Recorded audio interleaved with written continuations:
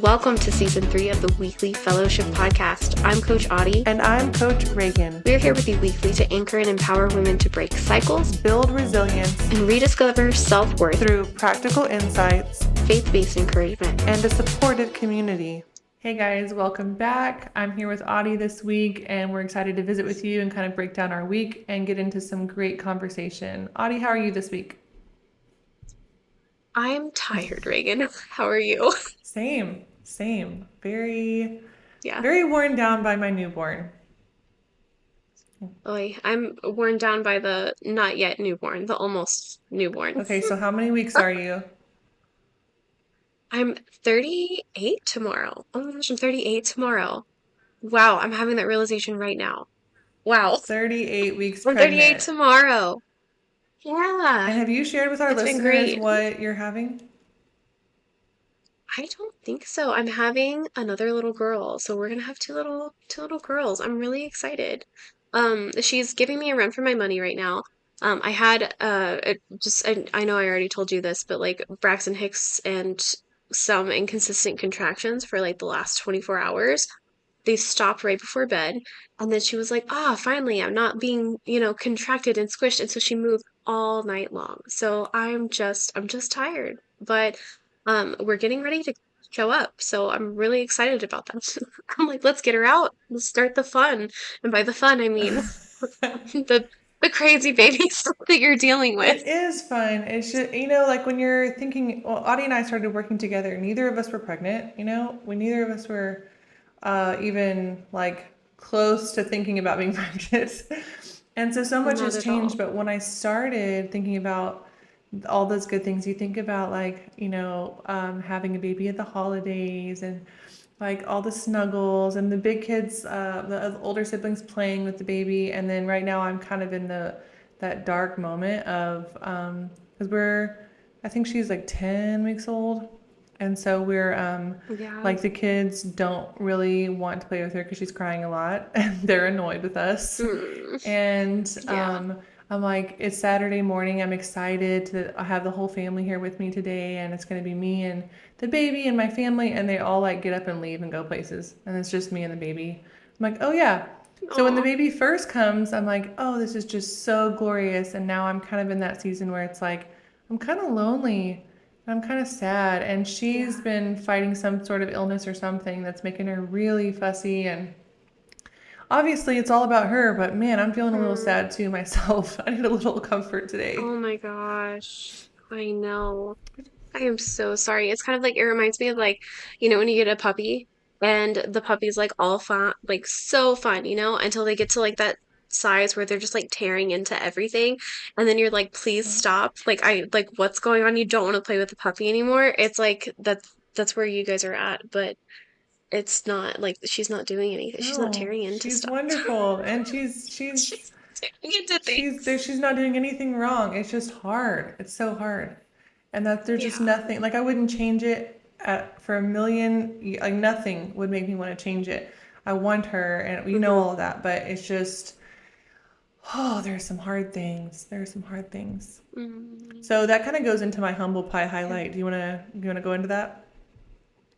Yeah, go ahead. So I was just thinking about what was a time of humility this week, and I normally don't have to pick up my big kids from school. Normally my husband will do that, but there are like 2-3 days a week where I go and do it, and I have to take the baby who really hates the car seat, and it just jiggles her up and makes her spit up everywhere and very upset. And so let me just give you a visual. All of our beautiful families are in the car pickup line picking up their kids, and you've got a wide array of families, but they're all wonderful, and they in their nice vehicles and their nice outfits picking up their kids with a smile. I am parked on the side because I can't even get in the drive-through line because my kid is screaming too intensely. She's made herself sick. I am wearing pajamas that have been spit up on. And it's like 85 here, so I'm wearing short pajamas that we really didn't have planned on being out in public in. And I've spit up all over me that I've like kind of wiped in. She's spit up through 2 of her outfits. And I'm picking up one kid and I'm waiting for the next 35 minutes for my other child to come out of choir. And so I am standing outside the car with one big kid who's annoyed that that's who picked her up. And then my baby who's screaming and she's wearing no clothes and I am in shorty shorts with spit up everywhere. And this is just the display for all the people who are coming to pick up their children today. And luckily I know a lot of them, they're all really good people. So, but I'm sure there was some like, Yeah. oh my gosh, is she okay? But that there was just Oh it my was I could just only gosh. laugh. I could just say like, this is my life today and it's fine. Yeah. Oh my gosh. That reminds me, Reagan, it feels like that's a set, like that's a scene from like an Adam Sandler movie or something. Like he's literally about to come out and like something's gonna like blow up, like something crazy was gonna happen. That's wild. Oh, Um, I just like I honor you showing up like that though. oh And still yeah, just yeah. like you're like, here it is. You're like, my butt's hanging out the bottom of these Yep. shorts. Yep. And they're not even clean And shorts. I mean, and at least be clean shorts, they're right? not clean. Oh my gosh, Oh, that's wild. What a humble, like, yeah. what a There moment. have been a lot of those. It's What like a they're starting moment. to beat me down a little bit. So let's pick it back up. Tell me about yours. No, no. Um, I have, I have two. They go together. They're both car related. I don't really have car related problems ever. I never have. And yeah, we have like this. Where we live, you have to like go on this one road to go all the way down a little ways and then you find our neighborhood. But in order to get to that one road, there's like three separate roads that will like go to this road. And it's like on a circle. So it's like there's a circle and then there's a road that will go through. And so you can take either of those three paths and you will reach the road. So one, it's like it feels like I'm describing like a Dora the Explorer episode. Um, and but like one The path is map. like Sorry. super long, right? The map. One path is like super long with a ton of potholes. Like so many potholes. Oh. Like we'd never go down that road. The second one is like through a neighborhood, and so there's like a whole big bunch of like speed bumps. This is fully Dora the Explorer. And the last one is the one we like to use the most, which is like the easiest one to go down. It's the shortest and it has the least amount of bumps. And so they're doing some new construction down the road, and they closed off that section of the road. It's literally maybe like, I don't know, 100 feet, but they closed it. And so we couldn't go that way. So we have to go one of the other two ways. And I was coming home and I have not, I pride myself on the fact of remembering it. And so I would go down the pothole road or I'd go down the neighborhood road or whatever it was. And I'm exhausted. We had been out all day. And I like drive all the way up and I see road work locked off. And I was like, mm, dang it. Here we are. So then I like go down the neighborhood road and I turn around and I make it up the bumps. And then of course, like it was just, it took forever. We get home. It's fine. And that was my first one. The second one was it happened a few days later. I just drove home and I had like 1 mile to the gallon left in my car. Oh my gosh, you're one of those people. I I'll cut it close. I'll cut it close. 10 maybe. But I just drove home and I like looked down and I didn't think anything of it. So then we like get stuff out. We had gone grocery shopping. Lily and I come inside, and then I had gone in the car to go just across the street to our neighbor's house and then come back. And thank God that was as far as I had planned to go because I was like, I can't make it to the gas station. It's like, what is happening? And again, 37 weeks Yeah, pregnant. you would give And a yeah, grace. I gave myself some grace. I called my husband and I was like, hey, do you think you could bring some gas home? And he was like, I'm sorry, what? Like, can't you go to the gas station? And I was like, I don't think so. I don't think I can make it.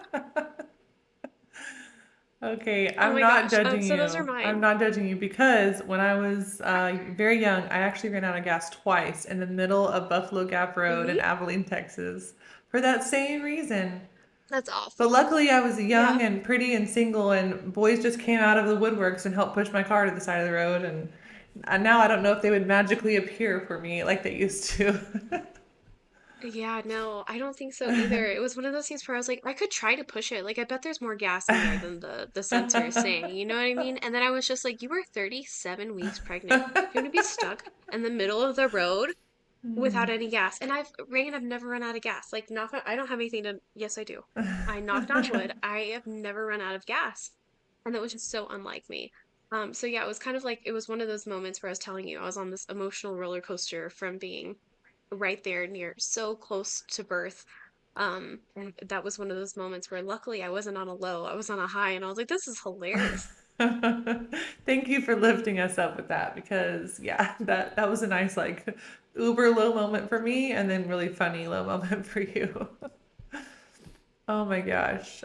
Oh, Yeah, it's like you didn't have enough drama in your life this week. That's what people used to tell me yeah, when I would leave it too late. Like, do you just want drama? Do you really. want drama in your life? Like, maybe. I don't know. Why Yeah, am I doing this? Self-sabotage for sure. right? Ugh. Oh my gosh. Old habits that are gone. Oh, And one old habit that is yeah. not gone, but I'm working on really hard, is people pleasing. Ooh, Oh, people and pleasing. It's not gone? it's not gone. And that's another one. Like, there's I, so many things that we've outgrown over the years, and I've worked so hard on this one. But yeah, I'm still I call it recovering. I'm a recovering people pleaser. And I yeah. actually heard someone yesterday who's a therapist, and you might know her from Mind Your Boundaries on Instagram. She's a really big account. That sounds familiar, yeah. She just claimed it. She said, I am a really, really big people pleaser. And then like continued her conversation. And so it's been interesting. I kind of want to crack this conversation open with Wow. you and just kind of see where this goes because for me, almost all of my clients struggle with people pleasing. So first, like, how would you describe people Yeah. pleasing?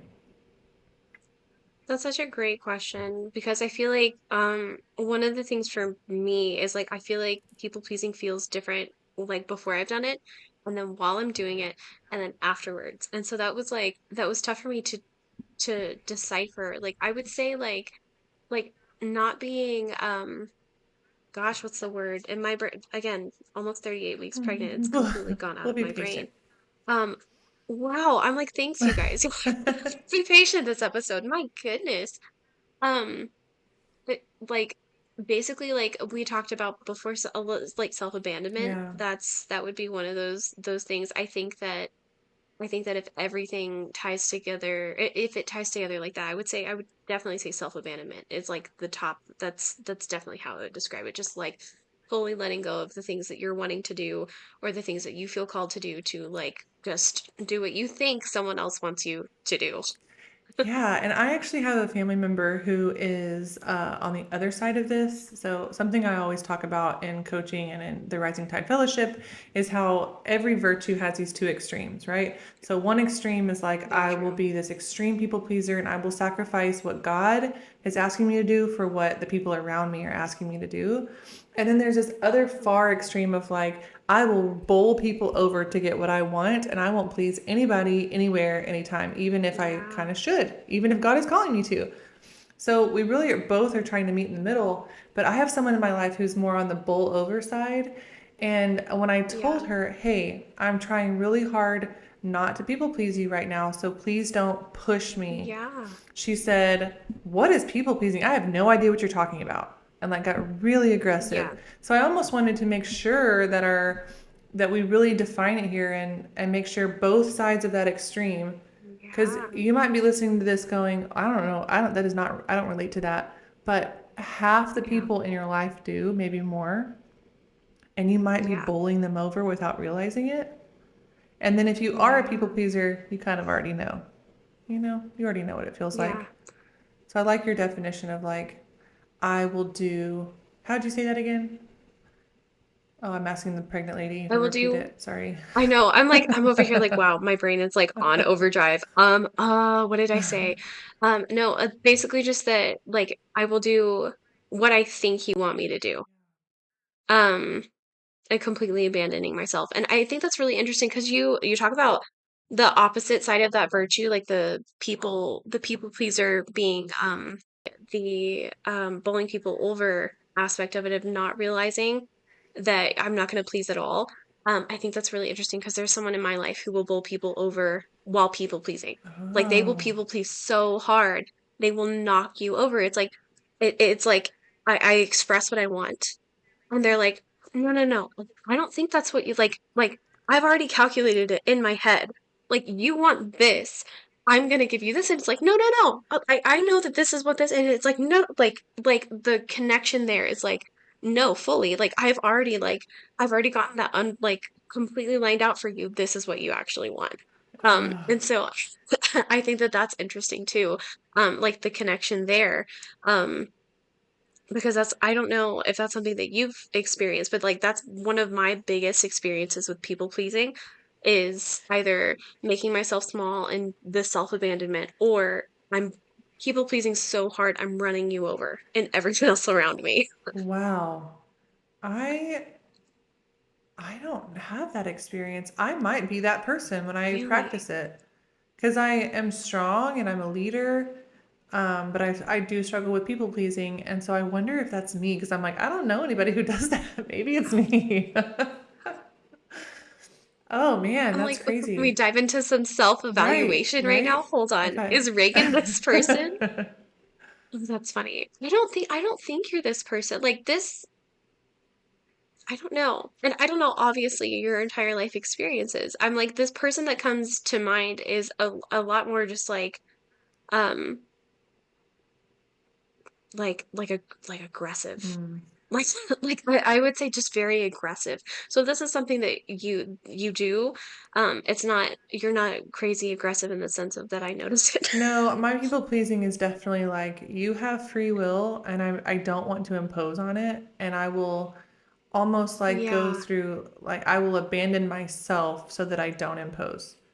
So mine's definitely more yeah. like that. And so getting back to a healthy place of Interesting.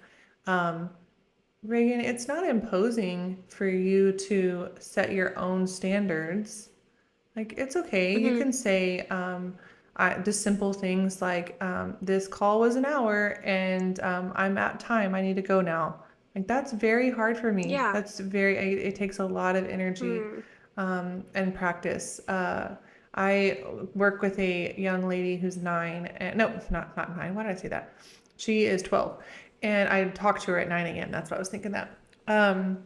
And we were supposed to talk. We didn't really set a time, but less than an hour. And I'm noticing that it really needs to be like 30 minutes. And I have a very hard time saying, it's time to go now. I'll talk to you next week because she's young and she's kind and I don't want to hurt her feelings, right? And that's where Yeah. most people pleasers, I think, why do we do it? I think it really is probably because we're trying to be nice. We're trying not to hurt your Yeah. feelings. We don't want you to have any feeling that would make us uncomfortable, right? Yeah. Yeah, that's so true. I like think about and I think about like why do we do that? Like where does that start? And like we were talking a little bit just like touching on like the idea of like how we raise our kids, and how that changes in the family dynamic. And like there's a lot to go in there, so we don't have to like cut that open, but like it's not something that we just like show up and like start doing as adults. Like it's something that we've done like our whole lives. And I think that that's something that people often miss. Like I notice with my clients, it'll be like, well, I do this thing and I'm not really sure why I'm doing it. And we start going back into childhood. And it's like, my childhood was fine. Like, we don't need to talk about my childhood. Like, this has nothing to do with that. And it's like, oh no, like, it has everything to do with it. We gotta bust that out. Um, but yeah, I don't know if you have any like thought or insight from like your own personal life or like clients that like, where it really sticks out, um, or like is a big highlight or like maybe even like a turning point. Um, Yeah, I think, when they're young. I think that just kind of thinking about IFS again, right? Like we have this little girl, this little version of ourselves who is just trying to stay safe. And Yeah. when she doesn't feel safe, she will do things to make herself feel safe. And that's going to look different for everyone. But for me, in my family Yeah. dynamic, I was the middle child. And for me to stay safe, it meant keep the peace and calm everyone down. And also, my family members, without, I love my family and I don't want to throw anyone under the bus. But I think they would tell you too that they were never taught, none of my parents weren't taught how to like allow other people to feel their emotions. So Yeah. if like let's give you an example, like if my child is my let's use my 8-year old. If my 8-year old is throwing a tantrum, what is my body feeling? And what's that little girl remembering?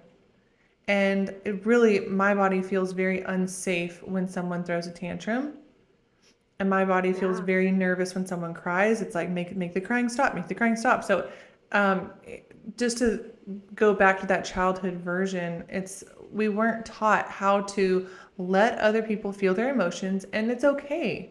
Like no one's going Mm, to freak out. But if you lived in a house where when someone cried, a parent did freak out, when someone threw a tantrum, yeah. they got spankings or yelled at or sent to their room or sorry for saying spankings. I'm from Texas. I don't know what y'all call it. Whoopings. So, It goes deeper into the spankings was bad, whoopings is worse. what do we call it? What is it today? Being I don't know. To be yeah, spanked, okay. It like is a spanking. A spanking. spanking. I said Maybe spankings. maybe add the G on the I. Okay. I also another just to like hit a little aside here. Another word that I really try not to say with my Texas upbringing is cream rinse. Do you know what that is? Cream Okay. rinse. Uh, That is a hillbilly version of saying um, conditioner. Shampoo Really? and conditioner. I've never I heard grew that. up saying shampoo and cream rinse, Oh my and it gosh. gets me. People laugh so hard if I let that one drop. It's I'm just gonna bring it here crazy. and make people laugh for a second. Cream rinse. I feel like I'm publicly outing myself. Yeah. Sorry. And back to people pleasing. So, Oh my yeah, gosh. that's I don't know, without outing any of our families, but I just want to like think about how you felt, Audie, when you were a kid and someone showed a big emotion. Like even if it was an adult, if someone showed a big anger, like how did your body feel? Yeah.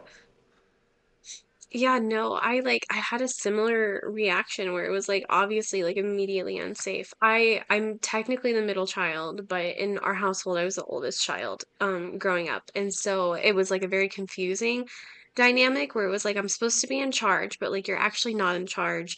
And like you're supposed to be listened to, but like actually you're not listened to. And so there's like a lot of confusion growing up. But the one thing I will say is like, and I look over here because this is where she did it yesterday. She did it on the floor, my little 2-year-old, um, through a full floor rolling, screaming, crying fit because I got some like fancy organic cereal and I only gave her a little bit and she wanted more. She was like, I want more cereal. And so whenever this tantrum had happened, I'm so lucky and I feel so blessed, Reagan, to be able to sit there and watch that tantrum and I can still feel it in my body and I'm just like I have to get her to stop. That's my first initial reaction is like you can't do that. Like you are not allowed to do that. And then I just sit there and I just watch her. And she just rolls on the floor and she cries and she does her thing. And I was like, I'm sorry, baby, but you just can't have any more cereal. It's like I bet we could have some later or maybe tomorrow.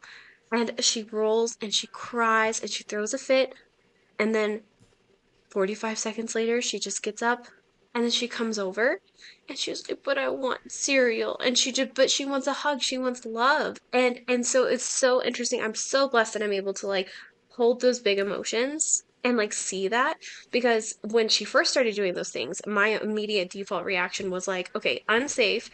You're being an awful child. Yep. Like so many different emotions would go through all at once. And so yeah, I would like try to stop her and then I realized it's like, Audie, like don't stop her. Like just let her have that moment. And she's gotten so much better at understanding those big feelings and big emotions that come up too. So yeah, no, mine like, fully resonates. Unsafety, like so unsafe. And not just unsafe. What would the word be? Like ungrateful. Like you ungrateful child. Mm, Like that's where that kind of comes you're in. bad. Um yeah, you're bad. Like you're bad if you have these feelings or if you throw this fit, you're bad. That's exactly what it is. So, okay, so I just want to connect this to like adulthood because this is so good. Like we're in it, you can Yeah. picture it, you can feel it. So if I'm two and I've been Ooh, shown I'm bad when I show emotions, I'm bad when I show emotions, and now I'm an adult, and like I'll give you an example with me in the last few days. I feel a lot of feelings. I feel because my daughter has been very, my 2 month old has been very fussy. I haven't been able to put her down at all. She's not sleeping at all. And so I feel this buildup, this buildup, this buildup of a lot of emotions. And if I've been taught since I was two that showing emotions makes me a bad person, then I am going yeah. to completely suppress what I'm feeling right now. And it's going to, one, it's going to do a lot of bad things to your body when you hold in emotions. I mean, I'm a cancer survivor here. I can tell you years of holding in your emotions causes chronic illness. And Yeah. so one, you just don't want to suppress it for that reason. But two, we all know that when we suppress emotions, they explode somewhere. And that's when you're like, Oh I've yeah. had it, I've had it. And like yesterday, I was kind of building. And then my husband and my kids lit a fire and did s'mores in the backyard while I'm rocking a screaming baby inside. And I'm feeling pretty Yeah. resentful that I don't get to have fun and that I'm stuck inside and that this is my evening on a Friday night. And then the kids come in, like not once, not twice, but like they opened the door and walked in with their like sooty feet and getting s'mores Mm, ingredients like 14 times.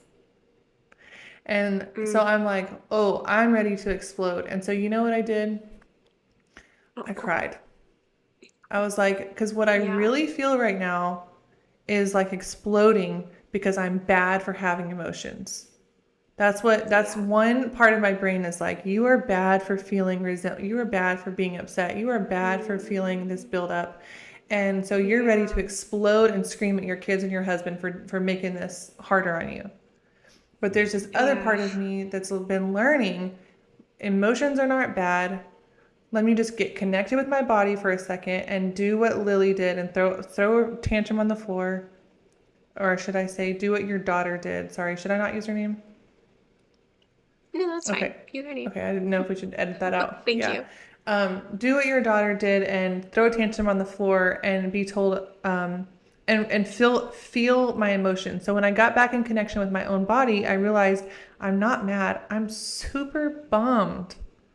I'm bummed. Yeah. I'm lonely and I'm sad and I feel neglected and tired Mm, and I'm bummed. And so as I'm rocking my baby, I just cried and I was like, I'm bummed, God. Like, I am yeah. sad. And that was my tantrum instead of screaming at my children.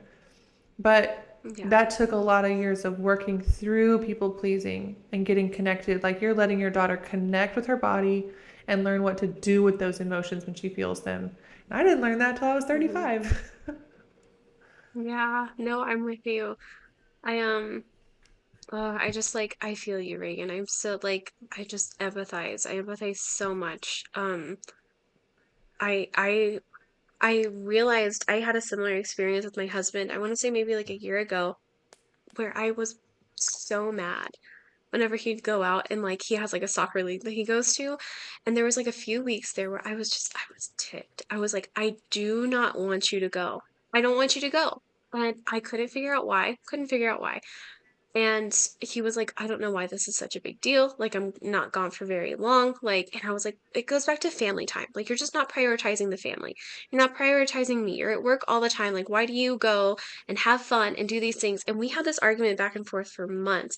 And then finally, I realized it's because I don't have a soccer group to go to. I don't Mm. have physical in-person friends like that to like connect with. And going back to, I was bummed. Like, I was sad about it. And that doesn't mean that we stop them from going and having fun. It doesn't mean that we change what they're doing or anything like that. It just means that I got to sit with that and honor it. And now this band goes to 2 soccer leagues a week, and it's fine. It's fine. I'm good with it. But once I was able to meet that again, you like are able to come back and say like, okay, like I don't have to stay like stuck here. Like I don't have to stay in this perpetual cycle of like which goes back to like self-hatred or like self-abandonment where we just stay. And I'm just going to suppress myself. I'm going to suppress my feelings. I'm not going to say anything. I'm not going to say this bugs me. And I can just offer this to him. Like, I am so fully able right now to just tell him and be like, this is happening. And this is how I feel, and this is fine. And he just gets to hold that space for me. And so that's, I feel like another piece is the more authentic and the more like open we are about stuff like that, like we allow other people to come in and love us Mm. and like love those hurt parts of us. So it's not just us comforting that inner 2 year old on the floor. It's like it's me and it's my husband. It's like even my 2 year old where it's like she's able to see the like way to go, mom. Like she doesn't understand the hard work that I'm doing, but she does and she will later.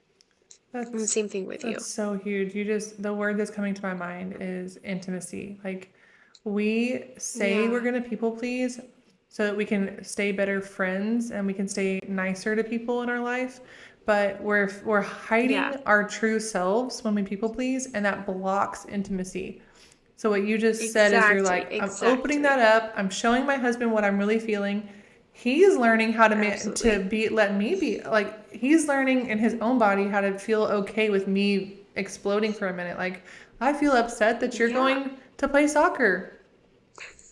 I'm Yeah. upset. And he's like, okay, I can deal with this. Like, you can be upset. I can love you. We're not going to die. We don't have to scream. Like, everybody's Yeah. good because we're Yeah. okay. And that's, yeah, that's just so, and that's just such deeper intimacy. Like, your marriage is going to be so much closer. You're going to feel so much more connected because you didn't hide what you were really feeling. Absolutely. Yep. And imagine for your daughter too. I Yeah. bet a lot of people hear that story about your daughter and they're like, "Oh, that's going to raise another generation of whiny brats," you know? Oh, And I know. but Oh, I but know. what you just did is it opened the door to intimacy. She turned to you Yeah. and asked for love and she wanted to tell you what she was feeling. And she's two, so it's kind of age appropriate to not know how to manage those. I know Yeah. adults who throw fits, so I think your 2-year-old's probably allowed to. Yeah. But that's just so awesome that you're already showing her how to. Yeah. It's intimacy and closeness with you is going to be so normal for her. Yeah. Absolutely. I am so looking for that. And like the other night she got out of bed and I'm like this is a side point, but I know that it's so important where she got out of bed, she and we checked our little camera, she like woke up and like freaked out and she just like rolls herself out of bed, like frantically grabbing a stuffed animal and like bolts out of her room. And so she walks all the way over to our room and she like knocks on the door and then she opens it and she goes, Mommy, Daddy? And we were like, Yes, baby. Like we were almost asleep, almost asleep. And she was like, I'm scared. And I was like to have that self-awareness at 2.5 to know that you're scared Not just and then know scream. exactly what to do and not just scream. And she came in and I was like, well, come here. And so I held her for a minute. She was like, can I sleep in your bed? And we let her lay in there with us for a little bit until she calmed down. And we were but like we're gonna go in there, we're gonna make sure everything's comfortable, and we're gonna lay you back down in your bed because your bed is safe. Like everything's fine, your bed is safe.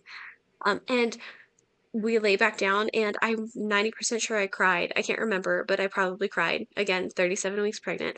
But it was I just and my husband just in awe of her. Um and like going back to like being in awe of us, like awesome, like this parenting thing, like it's freaking hard, but it's working out. Seems to be working out so far. Yes. Oh my gosh, that's so beautiful.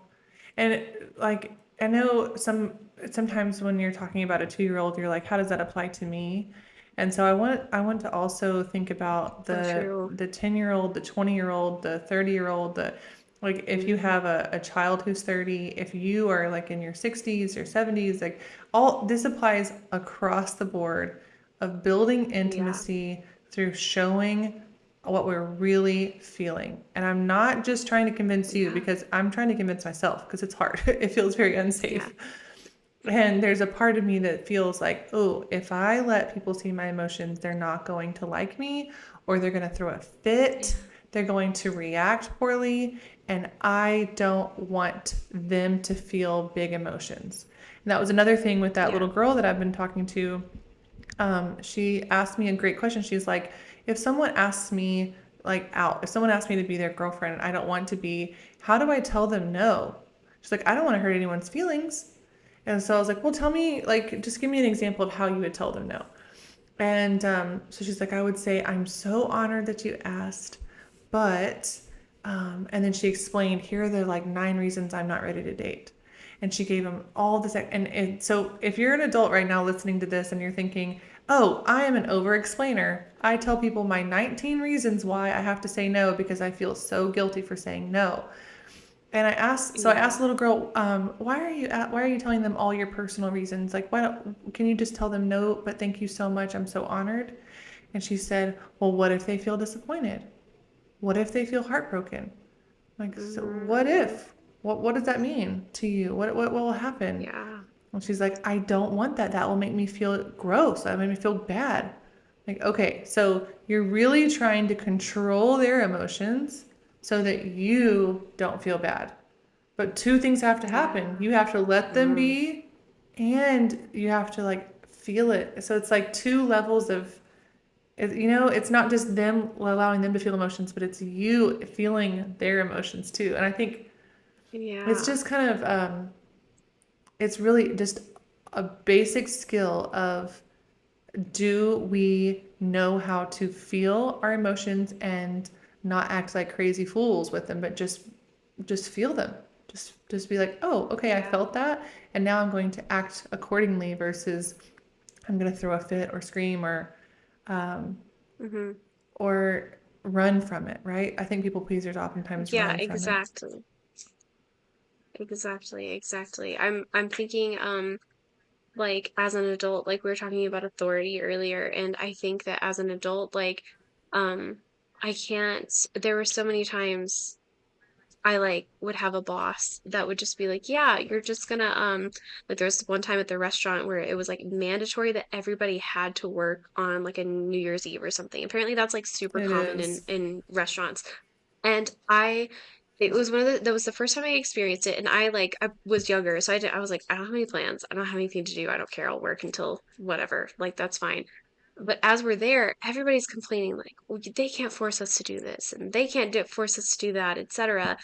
And I was thinking then, but it's just this is what they wanted. Like this is what they need from us. And in order to be a good employee, like we have to follow through. Like you're a bad employee if you think that this is wrong.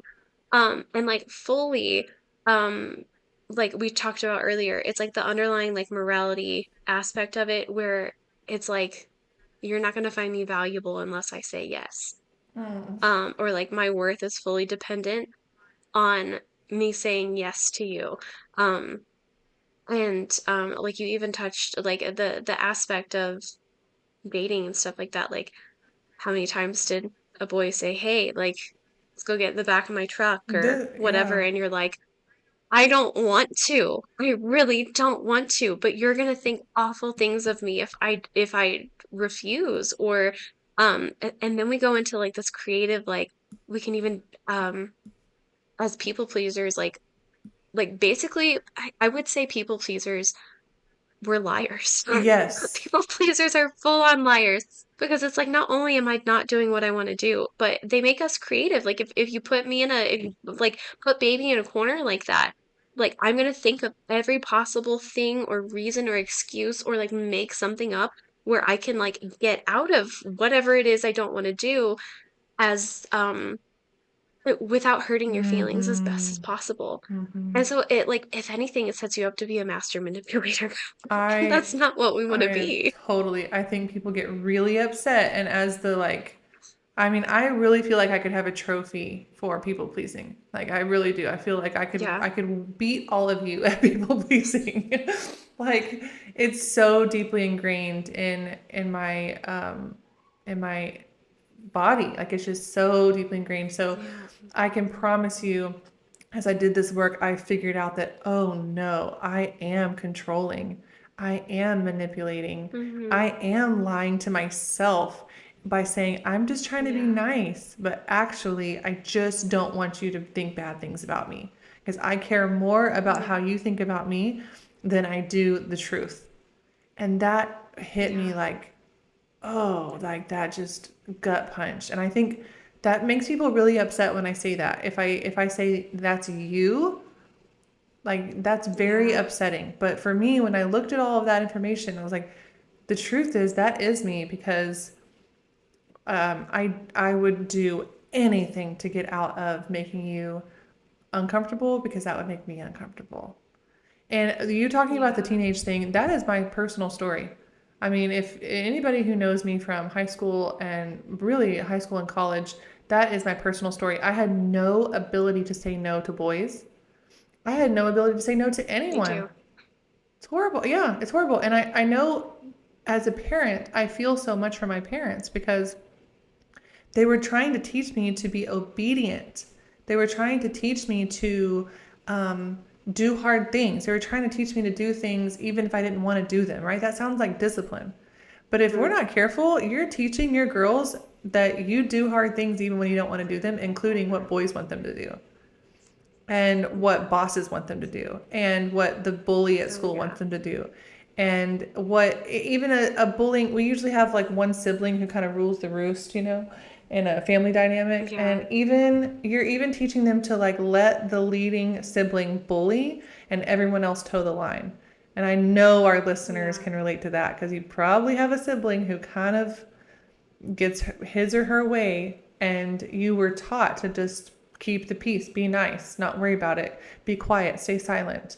Yeah. But that is my experience of we really confusing, and I'm working on it as a parent now, confusing obedience with my child must say yes to be not in trouble, and Yeah. that is just a very very dangerous way to parent. Yeah. Gosh. Like that hits home. And it brings up a big story for me. And I'm like, we don't have I time for know, that for this I know. episode. But like, I just like, I feel it. I feel that one. Mm. Yeah, I think this topic is so big. It could go so many different directions. We have another whole Yeah. podcast episode on it in season 2, and we can link that in the comments too if people are like, I need more information on this because we talk about totally different things Hmm. over there. Um, but yeah, this is.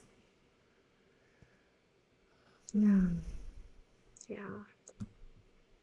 I'm like, I have like this feeling, and I just like, I'm gonna unpack my feelings. Like, it's like I've got it in my chest, and it's like, this has been such a good and fruitful conversation, but also at the same time, I just want to bring about like the reality of like the heaviness that it can bring, Mm-hmm.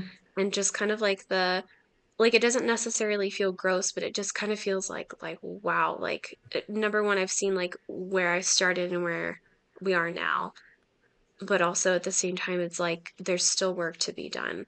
Um, and so I just honor that for listeners out there. If you're feeling that at this point, you're like, oh my gosh, I am a horrible people pleaser, or oh my gosh, I've been bowling people over, or oh my gosh, like I've been a victim of this, or whatever it is, just sit and honor it for a whole second. Seriously. Because we're feeling it too. That's so good. That's so good. And we talked about this last week, but our inner people pleaser, she just wants to feel safe. So what can we do to make her feel Hmm. safe? Can we just love on her for a second? Can we just be kind to her? Can we give her some grace? Like instead of walking away from this conversation like, "Oh my gosh, I got to get better." What if we're just like, "Wow, I just grew in Yeah, so much awareness and I just yeah, see myself so much more clearly right now." Or I see that person who I've been people pleasing is kind of a bully and I need to do something about that situation. Or whatever it is. I think this we can absolutely. walk away with some fruit versus like shaming Yeah. ourselves. Yeah. Oh my gosh. Anytime you listen to a weekly fellowship episode, do not walk away with shame. That is not the goal. Like, and if you're walking away with shame, we have the community coaching hour in the Rising Tide Fellowship, and I like highly suggest you guys jump in there and go and just be like, I listened to this episode and you made me feel shame. Let's unpack it. Yeah. Yes, I love Ah, that hour. It's and people pleasing is in my coaching and it's in every I don't coach any all of my containers have people pleasing help in it because it just seems like because I'm such a recovering people pleaser, that's who kind of flocks to yeah. me. And so it seems like that just has to happen. So in the community coaching hour, in our coaching packages, in our high tide coaching program, like we just hit on it in every way. And we have Yeah. speaker, we have trainings on it inside the Rising Tide Fellowship too. So there's Yeah, just so much support in there on this topic. absolutely. Hmm. Like that was good. Yeah, I guess if we have any questions from the on if you have any questions about this topic, um, Yeah. should we send them to the I think if you're ready for coaching, I say go to the Rising Tide and go join the community coaching hour on Thursdays. But if you're not ready for coaching, I would say to submit a question in the fellowship forum, and that's at the risingtidefellowship.com. We have a podcast tab where you can find everything about the weekly fellowship. And if you scroll all the way down to the bottom, there will be a big pink button, and you can click on that, and it says the fellowship forum. And so you can just submit a question. You don't submit them anonymously, but we will share them here anonymously. And you can ask us anything, and we will give you our 2 cents. Um, and yeah, I push the rising tide just because I know the fruits of the community coaching hour. I know how good that is. But again, if you're a little timid, do the fellowship forum first. The Rising Tide Fellowship is also crazy because it's so affordable. Like there is nowhere else that you can get Oh coaching my at gosh, I this know. level at that price. Nowhere. In fact, most of our colleagues think we're insane, and so go in there and use it. Just a I little. know, go in there and use it while it's here. It's so good, and you'll be uplifted and encouraged. And really, that feeling that I've been feeling of being alone, that is what just dissolves in that group is Hmm. feeling of I'm carrying this alone. I bet I'm the only one who does it like this. They don't wouldn't Yeah. all of that just dissolves when you speak it out loud in a supportive small community, and that's what God asked us to Absolutely. create. That's what we do. Yeah, absolutely. Well, thanks for your time, Regan. I think Yeah, this was great. this is really good. This we could talk about this a lot, but this is good. We could 70 more episodes on people pleasing. Seriously. Thank you so much for tuning in to today's episode of the Weekly Fellowship Podcast. If you'd like to work with Regan, you can learn more about her on her website at reganclementcoaching.com. And if you'd like to work with Audye, you can find her at audiegonzalez.com. Season 3 is sponsored by the Rising Tide Fellowship, an online community for faith-filled women looking for growth. You can learn more about our mission at risingtidefellowship.com. If you want to go fast, go alone. If you want to go far, go together.